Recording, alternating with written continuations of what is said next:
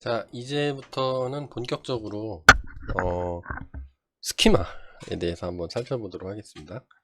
어, 스키마는 음, 스키마는 일단 개념을 잡는 게 중요해요. 스키마 되게 헷갈리잖아요. 저도 되게 헷갈리거든요. 개념 잡는 걸 먼저 한번 해볼게요. 스키마가 보니까 사전적 의미를 제가 찾아봤어요. 여기 네이버 사전에서 찾아보니까 뭐 이런 뜻이 있어요. 뭐 계획 이론의 뭐 개요, 윤곽. DDL 데이터 데피니션 랭귀지의 약자 같은데요. DB에서 쓰는 용어 같아요. 그래서 스키마 데이터 언어를 정의하는 거. 정의하는데 사용되는 뭐 정의 언어. 아니 정의하는데 정의 언어가 또 필요해? 그런 거죠. 일단은 일반인들이 스키마는 이렇게 이해를 하는 것 같아요. 개요구나. 아니면 윤곽. 윤곽이 이제 이 스키마라는 뜻보다는 뭐 프로파일이라는 의미로 우리가 더 많이 쓰죠. 뭐 이런 뜻이 있다는 걸 한번 알아두고 그 다음에 위키피디아 또 찾아봐야 되죠. 여기 클릭해서 한번 들어가 보시면 뭐 이런 말이 써 있습니다. 제가 한번 읽어볼게요. 이게 이해가 되시나 한번 보세요. 컴퓨터 과학에서 데이터베이스 스키마는 데이터베이스에서 자료의 구조, 표현 방법, 자료 간의 관계를 형식 언어로 정의한 구조이다. 아니 형식 언어는 또 뭐고 구조는 또 뭐야.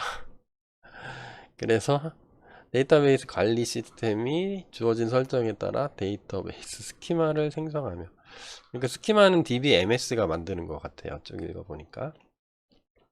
그래서 데이터베이스 사용자가 이 저장, 조회, 삭제, 변경, 이 데이터의 기본 요소죠. 크루드라고 하는데, create, read, update, 뭐 delete, 뭐죠? 이 데이터에 관련된 모든 기능이죠. 이 네 가지 크루드. 요거를 할 때 자신이 생성한 데이터베이스 스키마를 참조하여 명령을 수행한다. 그래서 여기 위키피디아에 보니까 이 참고 사진이 여기 있더라고요. 뭐 이렇게 돼 있대요. 그러니까 그래서 대충 보니까 이게 중요한 것 같아요. 제가 볼 때는 자료 구조,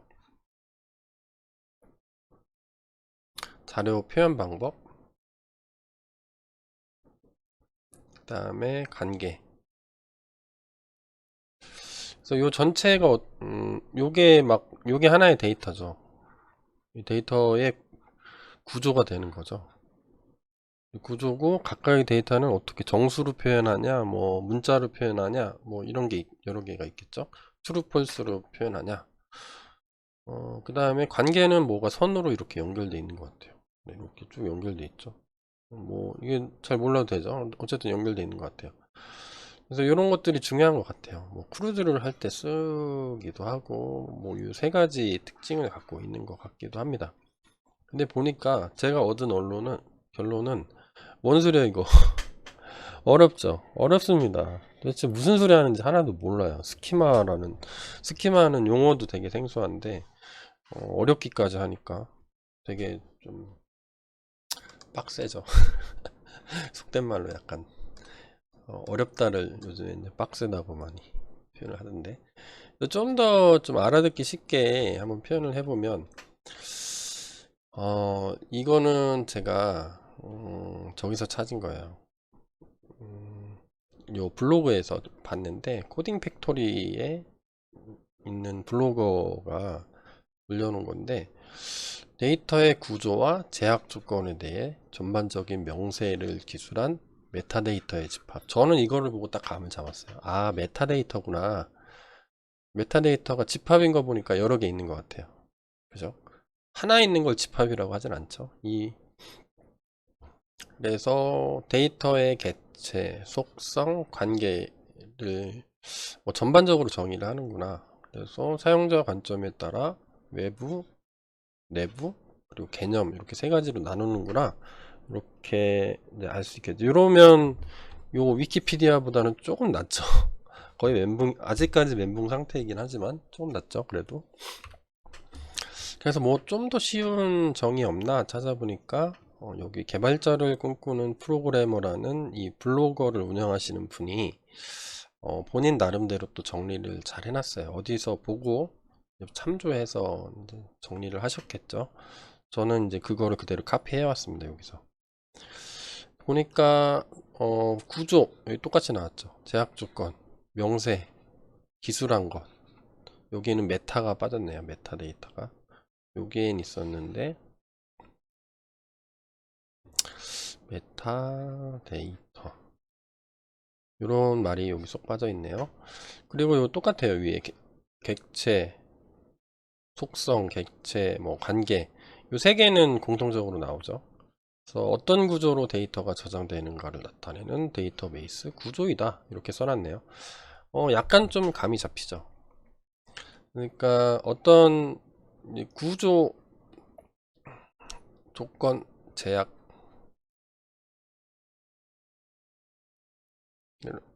가지고 뭐를 썼다는 거죠. 명세를 했다는 것. 명세는 우리나라 영어로 스펙이죠. 스페시피케이션. 스펙을 만드는 거죠. 그래서 얘를 모아놓으면 얘가 이제 메타데이터가 된다. 거고 구조하고 제약 조건을 걸려면 데이터 구조는 데이터들은 이제 엔터티죠. 개체. 그리고 얘는 어떤 속성들을 가지고 있을까요? 얘는 무슨 특성? 뭐 학생이면은 주민등록, 뭐 학생번호, 뭐 학년 뭐 이런 거 있겠죠. 그리고 이 학생하고 뭐 수업이란 게 있다. 수업이라는 개체가 있으면 얘는 어떤 구조가 있겠죠. 수업은 몇 시부터 몇 시, 과목 코드 얼마 이렇게 해서 이렇게 관계를 맺을 수가 있겠죠. 학생은 수업을 듣고 수업은 여러 학생을 가질 수가 있을 테니까. 자, 이런 거를 잘 정리해 놓은 거로 이제 읽혀져요. 위에서 보면은 얘가 실무적으로는 이렇게 해석을 할 수 있구나 이렇게 이해가 되죠. 그래서 스키마를 이제 이해를 하려면 스키매틱이라는 거를 한번 저는 여기 준비를 해봤어요. 스키매틱 다이어그램이라는 게 있는데 우리나라 말로 개통도 또는 계략도라고 부르고 있어요. 그래서 우리는 이게 무슨 의미인지는 정확히 몰라도 객체하고 속성하고 관계가 나타나죠. 여기서 표현한 요거를 구조와 제약 조건은 뭐를 어떤 게 갖고 있는 거예요? 그러니까 속성, 개체, 관계 요 세 덩어리를 에서 구조하고 제약 조건이 있는데 그거를 잘 써놨다 요 뜻이죠. 그래서 스키매틱이 스키마에서 TIC가 붙은 거죠. 스키매틱이라는 거는 뭐 전기 회로도도 스키매틱이에요. 전기 스키매틱. 그러면 얘네들이 개체가 되겠죠. 개체, 엔터티. 그리고 개체들은 속성이 있죠. 뭔지 몰라요. 뭐 0.25 암페어인가? 저도 잘 모릅니다. 그리고 각각의 객체들은 속성을 갖고 있어요. 뭐 어떤 이름을 갖고 있다든가. 그리고 이 객체하고 이 개체는 연결돼 있죠. 관계도 있습니다. 네. 좀 감이 오는 것 같죠. 그러면 유압 회로도라는 것도 있어요. 저 유압 잘 모릅니다. 참고로 보니까 얘도 객체죠. 얘도 객체인데 얘도 객체고. 그래서 뭐 이름이라는 속성을 갖고 있는 것 같아요. 어떤 속성을 갖고 있고 얘도 뭐로 연결돼 있죠. 이렇게. 그러면 얘는 관계도 있는 거죠. 스키매틱이라는 거는 이제 유추할 수가 있겠죠. 아까 얘기했는데 객체하고 속성하고 있고 객체가 있는데 객체는 속성을 갖고 있고 객체와 객체 사이에는 뭐 관계가 있는 거구나. 그 그림으로 다이어그램이 얘가 그림이란 뜻이잖아요. 그림으로 잘 그려놓으면 스키매틱 다이어그램이구나. 그러면 글로 잘 써놓을 수 있죠. 글자로 잘 써놓으면 얘는 뭐라고 불러요? 얘는 명세라고 부릅니다. 명세. 영어로 스펙. 스페시피케이션이죠. 원래는 기니까 줄여서 스펙이라고 부르죠. 이런 느낌이 있구나. 근데 아까 보면은 메타데이터의 집합이란 게 있죠. 그래서 메타데이터를 좀 이해를 하면은 조금 더 쉬워요. 그 스키마의 메타데이터다. 데이터베이스의 메타데이터다. 이렇게 이해를 하기 위해서 메타데이터에 대해서 간단하게 설명을 해보세요. 설명을 좀 해드릴게요. 메타는 사전에 찾아보면 이런 뜻이 있습니다. 뭐 초월한, 뭐 더 높은, 뭐 이런 뜻이 있어요. 우리가 MS 워드 파일 같은 데 보면은 속성 보기 하면 이런 게 있죠. 속성 오른쪽 클릭해서 딱 열어보면 이런 거 있죠. 뭐 날짜, 수정한 날짜, 뭐 이런 것들 보죠. 경로, 크기, 그 다음에 형식은 뭐고, 그 다음에 요 이름은 뭐고, 그 다음에 보안 관련된 거, 뭐 자세히 뭐 이런 거 탭들 눌러보면 어떤 정보를 얻을 수 있죠. 이런 것들이 하나의 메타데이터라고 봅니다. 메타데이터. 이 워드 파일을 열어보면 여러 문단으로 되어 있을 거예요. 표도 있고, 뭐 그림도 들어있고, 또 설명도 있고. 근데 요거 각각이 속성들을 갖고 있을 겁니다. 어떤 속성은 밑줄도 그어져 있고, 어떤 거는 뭐 색깔도 칠해져 있고, 이렇게 칠해져 있죠. 근데 메타는 초월했다는 뜻이죠. 어느 특정 부분에만 설명할 수 있는 것이 아닌 거죠. 또 여기 전체를 에 대한 이 일부 구역이 아니라 전체를 초월한, 부분을 초월한 전체에 대한 어떤 정보를 담고 있는 것들을 메타데이터라고 하죠. 그리고 뭐 요즘 유행하는 뭐 이런 것도 있죠. 메타버스. 메타버스가 메타하고 유니버스의 그 조합어라고 불러요. 메타버스가 뭐 그런 거죠. AR, VR 뭐 이런 가상 환경에서 뭔가를 실제로 이제 현실 세계를 가상 세계로 옮겨 놓고 그 안에 들어가서 많은 사람들이 실제처럼 하는 거를 이제 메타버스라고 하죠. 얘도 이제 초월을 한 거죠. 현실 세계하고 현실과 가상을 초월한 거죠. 초월해서 왔다 갔다 하는 거죠. 이게 내가 있는데 내가 현실에 나요? 아니면 가상에 나요? 막 이런 거죠. 자, 그래서 이런 것도 네, 그래서 이게 초월이 왔다 갔다 하는 거죠. 얘도 초월한 거죠. 그리고 여기 우리 HTML 파일 같은 거 작성하다 보면 뭐 헤드 영역이 있죠. 헤드 영역에 메타 이렇게 있습니다. 메타 태그. 메타는 뭐예요? 초월한 겁니다. 초월. 그래서 여기 바디 부분에 HTML 뭐 문서를 뭐 내용을 쭉 문서 작성을 하죠. 문서 작성을 하고 뭐 자바스크립트도 넣고 뭐 CSS 뭐 스타일도 입히고 막 온갖 일을 하죠. 근데 내가 예를 들어서 뭐 요 부분 바디 부분 중에 뭐 이런 부분이 있으면 요 부분에만 적용하는 어떤 게 있고 아니면 뭐 이 중에는 이 부분에만 적용하는 게 있고 뭐 이런 게 있는데 이런 거 말고 이거 전체를 다 부분을 초월해서 전체에 대한 거를 설명을 해줘야 되는 뭔가가 있어야 되겠죠. 그런 거를 메타라고 부릅니다. 예를 들어서 문자는 UTF-8을 쓸 거야. 그 다음에 HTTP equivalent 해서 뭐 comparable 뭐 이렇게 쭉 써 있네요. 네임은 뷰포트, 뭐 화면 사이즈를 뭐 어떻게 한다든가 뭐 이런 것들을 좀 잘 설명을 할 수 있어야 되겠죠. 그래서 대충 보니까 메타데이터라는 거는 그런 뜻이 있죠. 메타는 어떤 전체적으로 적용해야 되는 어떤 정보가 있는데 적용할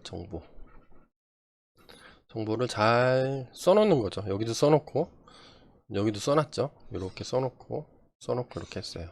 써놓은 어떤 명세구나 아니면 기록이구나 이렇게 판단할 수 있을 겁니다. 자, 아까 보면은 메타데이터의 집합이라고 그랬죠. 그러면 데이터베이스에도 그런 게 필요할 겁니다. 아마도. 네. 여기 한번 볼까요? 이제 엑셀 파일로 빗대어서 한번 볼게요. 엑셀 파일로 빗대어서 보면 이런 게 있겠죠. 아까 쓰레기 봉투, 종량제 봉투 데이터인데 요거는 하나의 엑셀 파일이 되겠죠. 요 각각이 요 엑셀 시트들이 요게 각각 하나의 엑셀 파일은 하나의 데이터베이스라고 뭐 정확히 일치하진 않습니다. 정확하게 일치하지 않는데 개념적으로. 네. 그리고 엑셀의 요 칼럼명들 있죠. 요거 관리부서 요거 시도명, 시군구명, 뭐 10리터, 20리터 가격. 이 컬럼 이름은 데이터베이스의 컬럼 이름이 거죠. 하나의 로는 하나의 레코드가 되는 거고, 행들이 다 이렇게 모여 있으면 얘는 뭐예요? DB에 저장된 다양한 데이터들이 되겠죠. 그리고 여기는 뭐 서울, 경기, 충북, 뭐 전남, 대구 이렇게 여러 개의 탭을 만들 수 있죠. 필요하면 더하기 하고. 이런 것들은 엑셀 작업 시트에 DB 테이블하고 똑같다고 보시면 됩니다. 그러면 이거를 정의해야 될 게 필요하죠. 그러면 이게 각각이 얘가 하나의, 예를 들어서 얘가 하나의 DB면 얘 DB 이름은 뭐고, 자 여기 전체적으로 보니까 첫 번째 엑셀 파일에 테이블이 몇 개고 각각 테이블 이름은 또 뭐냐, 칼럼은 또 몇 개야. 여기 몇 개 있는 게 있겠죠. 이렇게 몇 개야. 데이터는 예를 들어서 여기는 문자열이죠. 문자, 정수 이렇게 되어 있는데 지금 어떤 자료형으로 써 있느냐, 그럼 기타 등등 요거 전체를 정의할 수 있는 어떤 메타 정보가 필요한 거죠. 네. 그래서 이 정보들을 다 기록을 해 놨어요. 기록을 해 놓으면 얘를 그때 뭐라고 부르냐면 데이터베이스 스키마라고 부릅니다. 네, 별거 없죠. 네.